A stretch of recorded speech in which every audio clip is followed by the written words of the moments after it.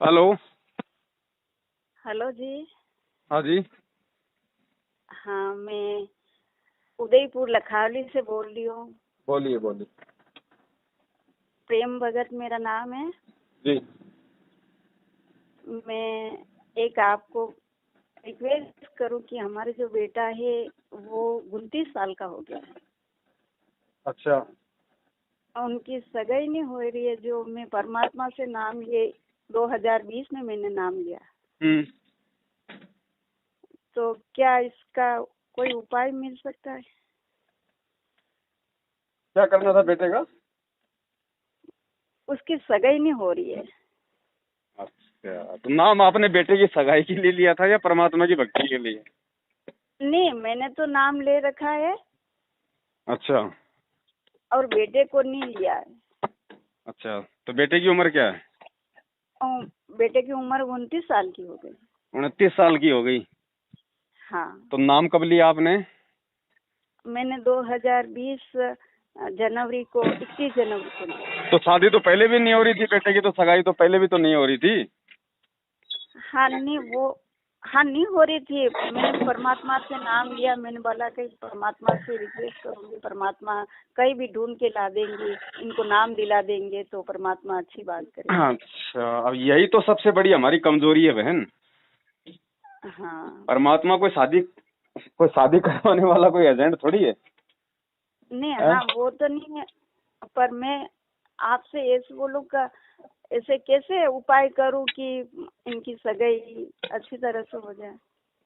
देखो बहन जी, बात ऐसी है, हाँ आप परमात्मा के सत्संग सुन के सबसे पहले ज्ञान को समझो, हाँ ज्ञान को आधार बनाओ और अपने आत्म कल्याण के लिए भक्ति करना आप शुरू करो परमात्मा की। ठीक है। ये शादी विवाह बच्चे, अब आज तो आप अपने मान लो बेटे की आप शादी के लिए आप इतनी ज्यादा चिंतित हो, और जो आप थोड़ी बहुत भक्ति कर रही हो, भक्ति तो आपकी चिंता में जा रही है।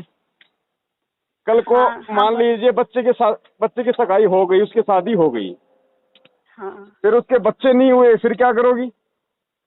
और नहीं बच्चा नहीं हो वो गया और अगर वो बीमार हो गया या होते ही मर गया, फिर क्या करोगी? बहन जी, सारा जीवन हाँ चिंताओं में निकाल दोगे क्या? नहीं नहीं बेटे का ऐसे तो अपना नहीं। संस्कार है। आज से पहले वो किसका बेटा था आपको पता है? हाँ नहीं, मेरा तो नहीं हैं? था। क्या पता हाँ आप उसकी बेटी थी पिछले जन्म में और वो आपका बाप था जो आज आपका बेटा बना हुआ है। तो हाँ हर सही आत्मा है। का बहन जी अपना अपना संस्कार है।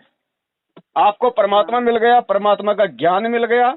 अब हमने केवल अपने आत्म कल्याण के लिए भक्ति करनी है, बेटा बेटी की डिमांड पूरी करने के लिए भक्ति नहीं करनी है। आप अगर भक्ति करोगे ज्ञान समझ के आत्म कल्याण के लिए, तो परमात्मा हाँ कोई बालक नहीं है। फिर परमेश्वर को सब पता है कि मेरी बेटी की क्या चिंता है, अंदर से क्या चाहती है। फिर वो आपके बेटे की अगर अगर सही अगर समझेगा, अगर वो परमात्मा अगर उचित समझेगा, तो उसके लिए कोई हाँ बहू भी ढूंढ देगा। और मालिक तो अंतर्यामी है। मान लो उनको पता है कि भैया कोई ऐसी बहू इस घर में आनी है जो ना खुद भक्ति करेगी ना इसको भक्ति करने देगी, तो परमात्मा बहू नहीं लाएगा चाहे कोई कितना जोर लगा ले। हाँ, यह सही है। मैं तो परमात्मा से ऐसे बोलूँ कि जो हमारी भक्ति करनी बहु लाना परमात्मा। हाँ, वो मालिक का काम है। हमें केवल अपने आत्म कल्याण के लिए अपनी भक्ति शुरू करनी है। मन में कोई डिमांड नहीं रखनी, निष्काम भाव की भक्ति है। अगर मन में कोई इच्छा रख के भक्ति करेंगे तो बहन हो सकता है इच्छा परमात्मा पूरी कर देगा, लेकिन आपका मोक्ष रह जाएगा, फिर वही जन्म होगा फिर दोबारा। हाँ नहीं नहीं, मैं ऐसा नहीं चाहती कि मेरा दोबारा जन्म हो। परमात्मा, मेरा दोबारा जन्म नहीं होना चाहिए। तो मालिक अंतर्यामी है, परमात्मा अपने बच्चे की हर इच्छाओं से वाकिफ है, वो अंतर्यामी है। आप भक्ति शुरू कीजिए निष्काम भाव से। ठीक है, माता पिता को टेंशन होती है, मुझे पता है इस बात का बहन जी, जो आपकी जो चिंता है, लेकिन ज्ञान से चिंता को थोड़ा सा डाउन करो कि परमात्मा मेरा अपना संस्कार है, बच्चे का अपना संस्कार है। अगर इसके भाग्य में होगा और परमात्मा यदि तू सही समझेगा तो जरूर बहू देगा, हाँ संस्कारी बहू देगा। तो ये मालिक पे छोड़ दो बहन। अब आप ये मत सोचो कि बुढ़ापे में आपका बेटा आपकी सेवा करेगा या आपकी बहू आपकी सेवा करेगी। दुनिया के बेटा बहू उनकी कितनी सेवा करते हैं आप अच्छी तरीके से जानती हो।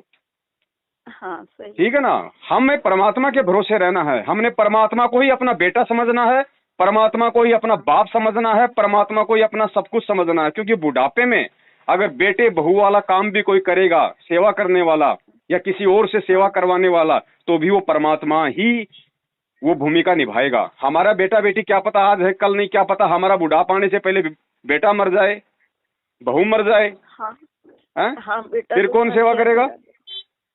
हाँ लेकिन नहीं वो करेगा, परमात्मा एक चाहेगा तो अगर आप उसकी भक्ति कर रही हो तो परमात्मा बेटा बन के आ जाएगा।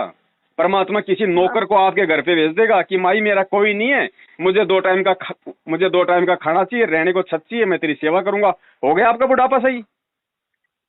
हाँ एक बेटा चला गया इसलिए चिंता होती है मेरे को। हाँ तो बहन ऐसा है ना, पता नहीं हमारे कितने जन्म हो चुके हैं यहाँ पे, और हर जन्म में हमारे बेटा बेटी होते हैं और वो मरते भी हैं। कोई आंखों के सामने मर जाता है, कोई बाद में मर जाता है। तो आज कोई नए नहीं हो रहे बहन ये। तो ये जो मोह ममता हमारे अंदर जो है ना, इसको थोड़ा सा परमात्मा के ज्ञान से हमने डाउन करना है। हमने इन चीजों को समझना है। यही तो काल का जाल है।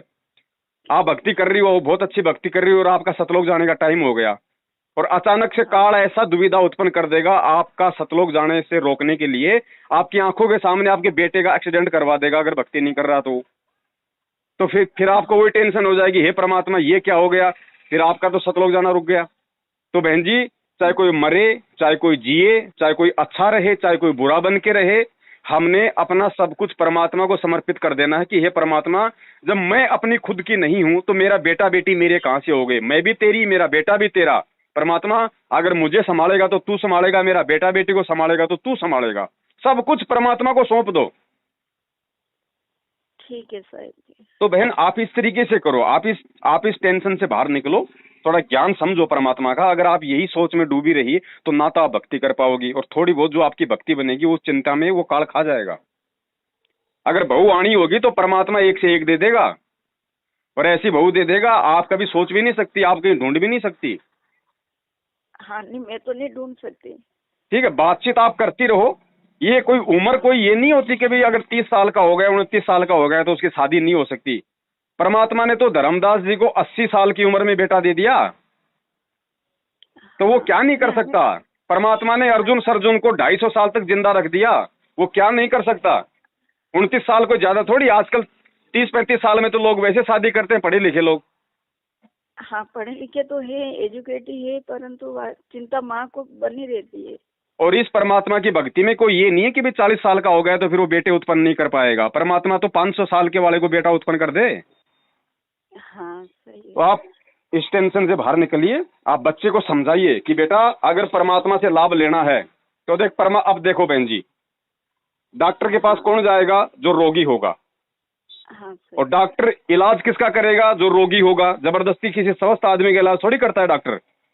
नहीं करता। तो आपके बेटे को बोलो भैया ये परमात्मा ये आध्यात्मिक डॉक्टर है। अगर कोई इच्छा अगर तेरे अंदर है, शादी करवानी है, नौकरी प्राप्त करनी है, या और कोई ऐसी बात है, तो उसके लिए तुझे डॉक्टर के पास तो जाना पड़ेगा। डॉक्टर के हॉस्पिटल में एडमिट तो होना पड़ेगा, तभी तो डॉक्टर तेरा इलाज करेगा। तो पहले गुरुजी से तू प्रार्थना कर कि गुरुजी मुझे आपके सत्संग समझ में आए, ज्ञान समझ, महीना 2 महीना 6 महीना। उसके बाद में अगर गुरुजी आ जाते हैं जेल से बाहर तो जाके परमात्मा से नाम दीक्षा ले, नहीं तो संकल्प नाम दीक्षा ले ले। परमात्मा को दंडवत कर, 3 टाइम की आरती तू घर में शुरू कर, सत्संग सुनना कर, आपकी तरह वो दीपक जलाए, सारी मर्यादा निभाए, उल्टे काम छोड़े, तो वो परमात्मा की शरण में गिना जाता है। तो जब ये डॉक्टर की शरण में आपका बेटा आ जाएगा तो वो आध्यात्मिक डॉक्टर संत रामपाल जी महाराज, कोई ऐसा तो है नहीं कि उसको किसी रोग का नहीं पता या वो कोई इलाज नहीं कर सकता, वो हर काम कर देगा। लेकिन उसके लिए उसकी शरण में आना पड़ेगा। शरण में आने के लिए सबसे पहले ज्ञान को समझना पड़ेगा। ठीक है सोसाइटी। तो बहन जी आप लोग इस तरीके से ना थोड़ा सा, और ये विचलित ना हो बहन, ये परमात्मा सब कुछ दे सकता है। अगर ये नहीं दे सकता तो दुनिया में कोई देने वाला दूसरा है भी नहीं। हाँ इसलिए विश्वास रखो और आप अपनी भक्ति पे ज्यादा ध्यान दो। बाकी परमात्मा मालिक कहते ना कि जिसके पैर में कांटा चुभा हुआ वो जूता नहीं पहन सकता। तो ये जो चिंता जो आपको सता रही नहीं, आपके पैर में कांटा है, और भक्ति रूपी जूता आप तभी ढंग से पहन पाओगे जब ये चिंता आपकी हटेगी। तो ये चिंता हटाने का एक ही तरीका है। चिंता हटाने का तरीका कोई बैठ के कोई मतलब चिंता में डूबे रहना नहीं है, वो तो और ज्यादा आप मतलब टेंशन में आओगी। इसका तरीका एक ही है चिंता से बाहर निकलने का, कि आप परमात्मा के सत्संगों पे ज्यादा ध्यान दो, परमात्मा से ज्यादा आप जी विनती करते रहो, प्रार्थना करते रहो, केवल अपनी भक्ति की, शादी की नहीं, सगाई की नहीं, फिर वो परमात्मा ऑटोमेटिक कर देगा। सर जी पकड़। हाँ ठीक है बहन। हाँ ठीक हाँ है। सत साहेब। सत